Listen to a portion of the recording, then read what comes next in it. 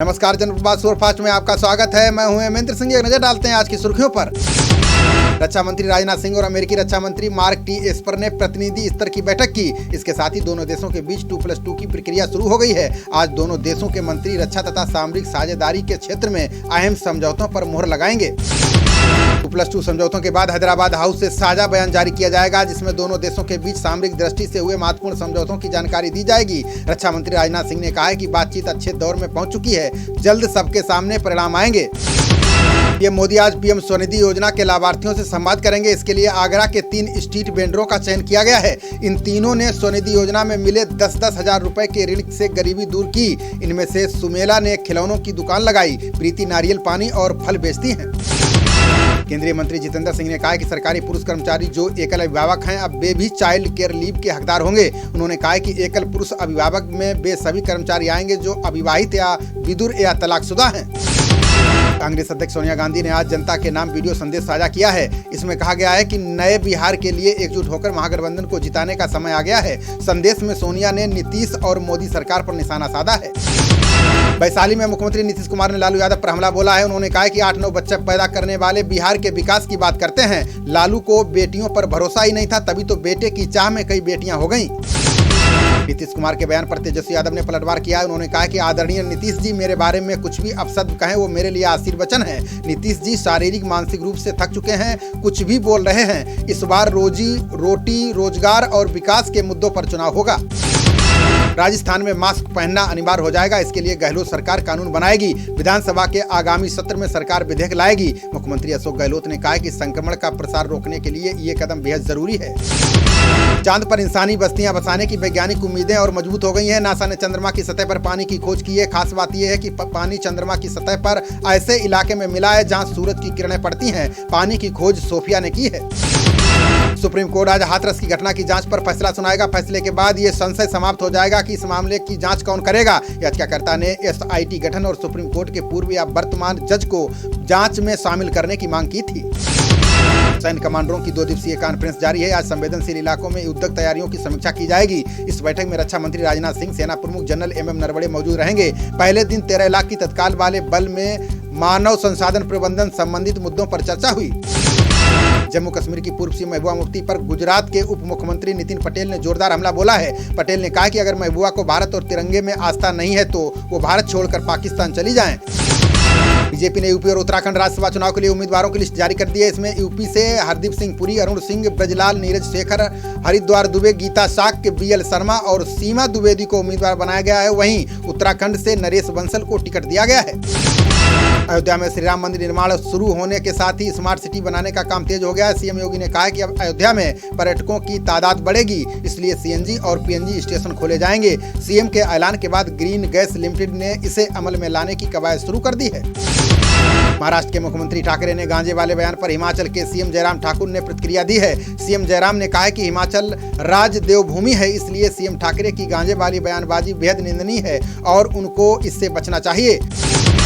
दिल्ली के पर्यावरण मंत्री गोपाल राय ने वायु प्रदूषण पर बयान दिया है। गोपाल राय ने कहा कि वायु प्रदूषण सिर्फ दिल्ली सरकार की समस्या नहीं है, फिर भी केजरीवाल सरकार इससे निपटने के सभी उपाय कर रही है। वो उम्मीद करते हैं कि विपक्ष भी साथ देगा। ये मोदी की रेहड़ी पटरी दुकानदारों से चर्चा से पहले प्रियंका गांधी ने यूपी के बुनकरों से बातचीत की है। प्रियंका ने वीडियो कॉन्फ्रेंसिंग के जरिए बुनकर व्यवसाय पर बात की। इस दौरान प्रियंका ने कांग्रेस की तरफ से बुनकरों को हर संभव मदद देने का भरोसा दिलाया है। मुख्यमंत्री उद्धव ठाकरे की दशहरा रैली के बाद भाजपा ने उनके खिलाफ मोर्चा खोल दिया है। पूर्व मुख्यमंत्री नारायण राणे ने कहा कि अभिनेता सुशांत सिंह राजपूत मामले में आदित्य ठाकरे का हाथ था। उद्धव की दशहरा रैली केवल आदित्य ठाकरे को क्लीन चिट देने के लिए थी।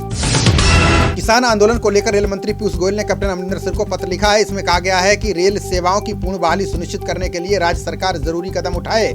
सरकार आंदोलनकारियों से ट्रैक खाली कराए। आज से आप पुराने नंबर पर कॉल कर गैस बुकिंग नहीं करा पाएंगे। इंडेन ने उपभोक्ता के लिए नया नंबर जारी कर दिया है। इंडेन के देश भर के उपभोक्ता IVR या SMS के जरिए नए नंबर पर गैस बुकिंग कर सकते हैं। केंद्रीय गृह मंत्रालय साइबर क्राइम पर बड़ा वार करने की तैयारी में जुटा है। मंत्रालय ने सिक्योरिटी सेंटर को मजबूती देने का काम शुरू कर दिया है। सेंटर को बहुत जल्द 7 नए निदेशक और इतने ही अंडर सेक्रेटरी लेवल के अधिकारी मिलने जा रहे हैं। देश में कोरोना के कुल संक्रमितों की संख्या 79,44,128 हो गई है। सोमवार को 35,932 नए मामले सामने आए। 98 दिन बाद ऐसा हुआ है जब 40,000 से कम केस दर्ज किए गए हैं। सोमवार को 482 लोगों ने जान गंवाई। ये 113 दिन में दूसरी बार सबसे कम आंकड़ा है। देश में कोरोना के एक्टिव केस यानी इलाज करा रहे मरीजों की संख्या में तेजी से गिरावट आ रही है। अब तक 71,98,660 लोग ठीक हो चुके हैं। सोमवार को संक्रमण केस में 28,132 की कमी आई है। ये अब तक की दूसरी सबसे बड़ी गिरावट है। महाराष्ट्र में कोरोना टेस्टिंग दर में चौथी बार सुधार किया गया है। राज्य के निजी प्रयोगशालाओं में होने वाली कोरोना टेस्टिंग की दर नए सिरे से निश्चित की गई है, जिसके तहत 980, 1400 और 1800 रुपए में कोरोना की जांच कराई जा सकती है। गुजरात के डिप्टी सीएम नितिन पटेल पर करजन सीट के उपचुनाव प्रचार के दौरान जूता फेंका गया है। पटेल पर जूता उस समय फेंका गया है जब वो अपना भाषण खत्म करके स्टेज के पीछे मीडिया से बात कर रहे थे। हालांकि अंधेरा होने के चलते जूता फेंकने वाले को पहचाना नहीं जा सका। बयानों को लेकर जम्मू कश्मीर की पूर्व मुख्यमंत्री महबूबा मुफ्ती चारों तरफ से घिर गई हैं। भाजपा समेत कई दल महबूबा पर हमला बोल रहे हैं। इसी बीच महबूबा की पार्टी के 3 वरिष्ठ नेताओं ने पार्टी छोड़ने का ऐलान कर दिया है। ये मुफ्ती के लिए बड़ा झटका माना जा रहा है। लखनऊ के पुलिस कमिश्नर सुजीत पांडे, उनकी पत्नी और बेटे की कोरोना जांच रिपोर्ट पॉजिटिव आई है। इसके बाद सुजीत पांडे ने ट्वीट कर संपर्क आने वालों को कोरोना टेस्ट कराने की सलाह दी है। फिलहाल वो अपने परिवार के साथ होम क्वारंटीन हो गए हैं। मेडिकल सीटों में 50% ओबीसी आरक्षण को लेकर तमिलनाडु को बड़ा झटका लगा है। सुप्रीम कोर्ट ने मेडिकल सीटों में 50% आरक्षण देने की तमिलनाडु सरकार की याचिका खारिज कर दी है। इससे पहले मद्रास हाईकोर्ट ने भी आरक्षण पर रोक लगा दी है। केरल के हाई प्रोफाइल सोना तस्करी मामले में कई नेता फंस सकते हैं। इसमें निर्दलीय विधायक करात रजाक और निर्दलीय पार्षद करात फैसल का नाम आया है। आरोपी संदीप नायर की पत्नी सौम्य बीएस ने बताया है कि उनका पति संदीप इन लोगों के साथ मिलकर तस्करी करता था। उड़ीसा में जल्द कोविड-19 की वैक्सीन के तीसरे चरण का परीक्षण पूरा होगा। उड़ीसा के institute of medical sciences and SUM अस्पताल में ये परीक्षण किया जाएगा। इसके साथ ही देश के अन्य 21 संस्थानों में ये परीक्षण किया जाएगा। केंद्रीय मंत्री नितिन गडकरी ने प्रोजेक्ट निर्माण में लेट लतीफी पर सख्त नाराजगी जताई। गडकरी ने कहा है कि इन्हें इस्तेमाल सेवा से बर्खास्त किया जाना चाहिए। बता दें कि NHAI का भवन बनाने में 9 साल लग गए, जिसका उद्घाटन करते हुए गडकरी ने ये बातें कही। कोरोना के बढ़ते संक्रमण को देखते हुए मिजोरम सरकार सख्त हो गई है। इसको लेकर राजधानी आइजोल में आज से 3 नवंबर तक लॉकडाउन लगाया गया है। मुख्यमंत्री की सहमति के बाद यह फैसला लिया गया। आज दिल्ली के रकाबगंज गुरुद्वारे में 300 से अधिक किसान संगठन बैठक करेंगे। इसमें आंदोलन की रूपरेखा को अंतिम रूप दिया जाएगा। इस बैठक का उद्देश्य किसान आंदोलन को व्यापक रूप देना है। इससे पहले किसानों और सरकार के बीच सहमति बनाने की कोशिशें असफल साबित हुई थीं। पाकिस्तान में 11 विपक्षी दलों के गठबंधन PDM ने बलूचिस्तान प्रांत की राजधानी क्वेटा में तीसरी रैली की। इस दौरान वीडियो लिंक से नवाज शरीफ ने सेना और ISI पर कई आरोप लगाए। वहीं इस दौरान अलग बलूचिस्तान की मांग के नारे लगे। STF नोएडा और मथुरा पुलिस ने 50,000 के इनामी बदमाश अनिल का एनकाउंटर कर दिया है। STF और बदमाश अमित की मथुरा के नौझील क्षेत्र में मुठभेड़ हुई। इस दौरान बदमाश को कई गोलियां लगीं। वहीं पुलिस ने बदमाश को अस्पताल में भर्ती कराया। इमरती देवी पर विवादास्पद टिप्पणी के मामले में बीजेपी नेता कैलाश विजयवर्गीय ने कमलनाथ पर हमला किया है। विजयवर्गीय ने कहा कि कमलनाथ अब मानसिक रूप से दरिद्र हो गए हैं। उनके शब्दों की दरिद्रता से सूबे की सियासी साख भी खराब हो गई है।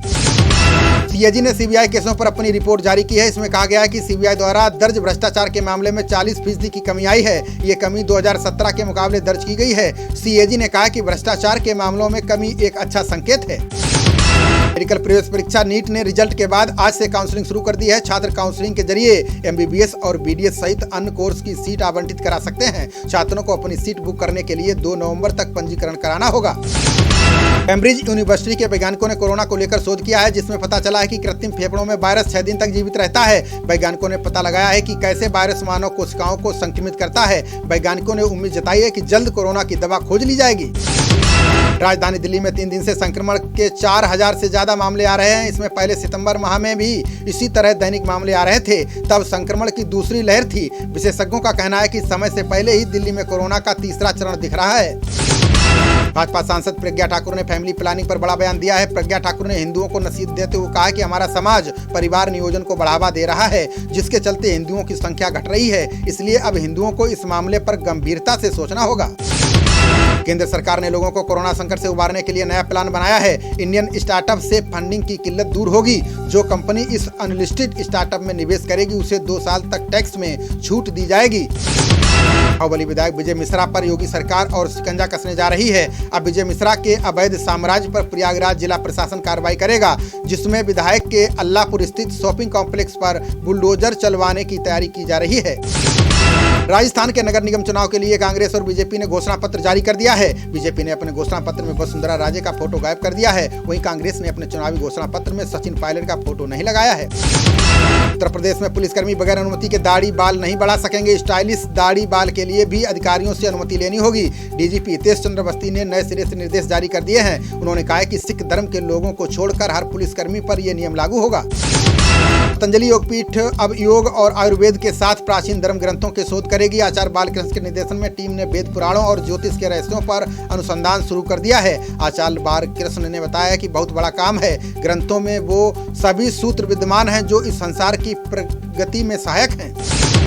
हिमाचल में स्कूलों को खोलने और बच्चों को पास करने पर आज फैसला होगा। इसमें बिना परीक्षा दिए विद्यार्थी अगली परीक्षा में जाएंगे या नहीं, इस पर फैसला होगा। मंत्रिमंडल की बैठक में कई एजेंडों पर मंथन होगा। इसमें घर घर सस्ता राशन पहुंचाने और राशन कार्ड डिपो पर विचार होगा। हिमाचल के धर्मशाला में जल्द ही अंतर्राष्ट्रीय बैडमिंटन अकादमी खोली जाएगी। इसके लिए प्रदेश सरकार स्टार बैडमिंटन खिलाड़ी साइना नेहवाल के साथ करार करने जा रही है। युवा सेवाएं एवं खेल विभाग आजकल MOU करने की तैयारियों में जुटा हुआ है। IPL की समाप्ति के बाद भारतीय क्रिकेट टीम द्विपक्षीय सीरीज के लिए ऑस्ट्रेलिया जाएगी। 1 महीने से अधिक समय तक चलने वाले इस दौरे के लिए BCCI ने टीम की घोषणा कर दी है। इसमें टीम के उप कप्तान रोहित शर्मा को शामिल नहीं किया गया है। किंग्स 11 पंजाब ने कोलकाता नाइट राइडर्स को 8 विकेट से हरा दिया है। पंजाब ने लगातार 5वीं जीत हासिल की है। अब अंक तालिका में पंजाब चौथे स्थान पर पहुंच गया है। कोलकाता नाइट राइडर्स ने 150 रन का लक्ष्य दिया, जिसे पंजाब ने 18.5 ओवरों में 2 विकेट खोकर हासिल कर लिया। खबरों का सिलसिला जारी रहेगा। देखते रहिए जनप्रवाद। नमस्कार।